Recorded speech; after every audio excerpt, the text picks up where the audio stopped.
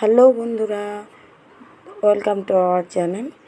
তো তোমরা সবাই কেমন আছো? আশা করি সবাই খুব ভালো আছো। আর আমিও আমি আমার মেয়েরা সকলেই ভালো আছি। তো এই ভিডিওটা হচ্ছে 1 মাস আগের, তোমরা দেখে হয়তো বুঝতেই পারছো এটা আমার ছোট মেয়ে মোহনার অন্নপ্রাশনের ভিডিও।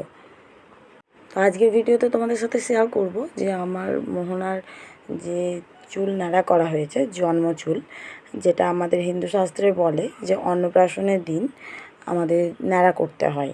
তোমরা হয়তো অনেকেই জেনে থাকবে।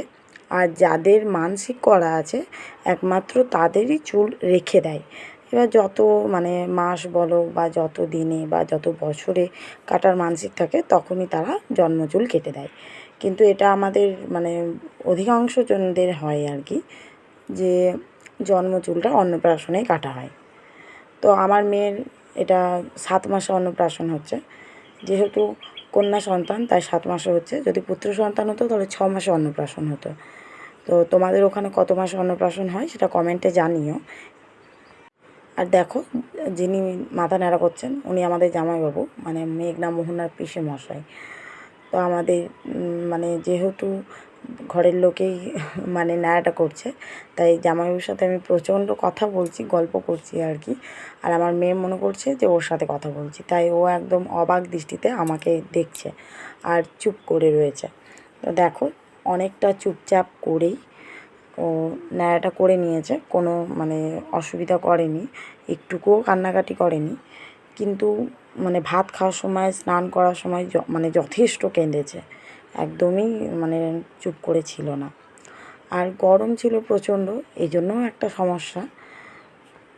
তো যাই হোক, পাশে ওই যে দেখতে পাচ্ছ গামলাটা রয়েছে, ওই গামলার মধ্যেই মোহনাকে স্নান করাবো, তার জন্য বের করে রেখেছি। আর হ্যাঁ, আমাদের এই যে জন্ম চুলটা ন্যাড়া করার পরে এই যে দেখো কলা পাতার মধ্যে রেখে দিচ্ছে। তো কলা পাতার মধ্যেই আমাদের রাখতে হয়। তো তারপর ওটাকে নিয়ে গিয়ে আমাদের শাসনতলা যেখানে রয়েছে, তো সেখানে দিয়ে আসতে হয় আর কি। শাসনতলার মধ্যে জন্মচুলটা দিয়ে আসতে হয়। আর এমনিতেও আমার 2 মেয়ের জন্মচুলেই জট হয়েছিল। তো সেই কারণে আর কি আমাদের শাসনতলাতে তো যেহেতু ধর্মরাজতলা, তো সেই কারণে জট হয় আমাদের বাড়ির ছেলে মেয়েদের। তো যাই হোক, এই যে দেখো অর্ধেকের বেশি ন্যাড়া করা হয়ে গেছে, আর সামনেটুকু আছে। এটা হচ্ছে মেন জায়গা, চাঁদিটুকু। পিছনে অল্প অল্প চুল ছিল, অসুবিধা নেই, কাটা হয়ে গেছে। আর এই যে চাঁদিটাই হচ্ছে মেন, সবাই নড়াচড়া করলে বাচ্চা ছেলের তালু প্রচণ্ডই, বুঝতেই পারছো, নরম হয় আর কি।